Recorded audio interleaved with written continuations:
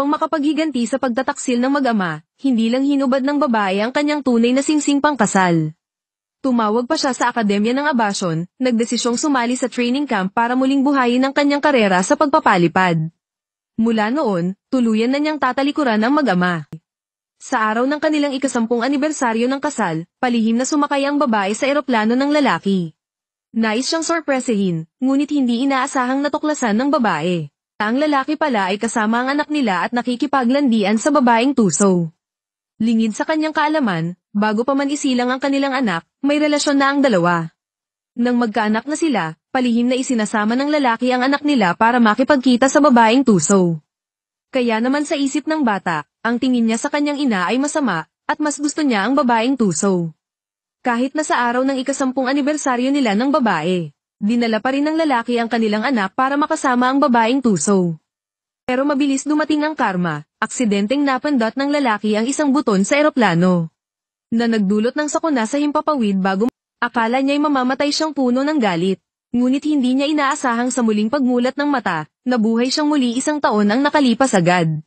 Walang pag-aalinlangang tinawagan ng babae ang Akademya ng Abasyon. Nagbabalak sumali sa flight training camp para sa isang close training. Pagkababa pa lang ng telepono, bago pa siya makapag-isip, nakita niya ang mag-ama. Nakasama ang babaeng tuso na kada rating lang. Ngayong nabuhay muli, sa wakas ay nagising na siya dahil gustong-gusto nila ang babaeng tuso. Kung gayon ay pagbibigyan niya sila pumapayag, hindi na dapat siya umasa pa agad na kinansela ng babae ang lahat ng art class ng anak. Hindi lang iyon, siya, lingid sa kaalaman ng lalaki, nakalimutan na niya na noon sa pagsusulit para sa pagkapiloto, kung hindi lang kusa. Na ipinaubayan ng babae sa kanya ang nag-iisang pwesto, ang babae sana ang sikat at matagumpay ngayon. Hindi na sana pagkakataon ng lalaki na kung ano-ano ang sinasabi pagkakita sa kanilang pagbabalik, kusang lumapit ang babae. Inimbitahan ng babaeng tuso na manuluyan sa kanilang bahay gaya ng inaasahan, pagsapit ng gabi, nakita ng babae na hindi na sila makapaghintay at naglalampungan na natutulog pa ang anak. Kusang nag-alok ang babaeng tuso na siya na ang gigising kay Leyley nang tumakbo ang lalaki sa ibaba. May nasagasaan lang akong babae na kagagaling lang sa morning exercise. Pagdating pa lang, agad na sinisi ng lalaki ang babae nang may pagmamataas. Hindi mo ba kayang ihatid muna si Leyley sa eskwela bago ka mag-ehersisyo sa umaga? Tumawag na ang teacher nila sa akin. Tinawag niya ang anak at pinayuhan na sa labas na lang kumain kasama ang babaeng tuso at ang lalaki.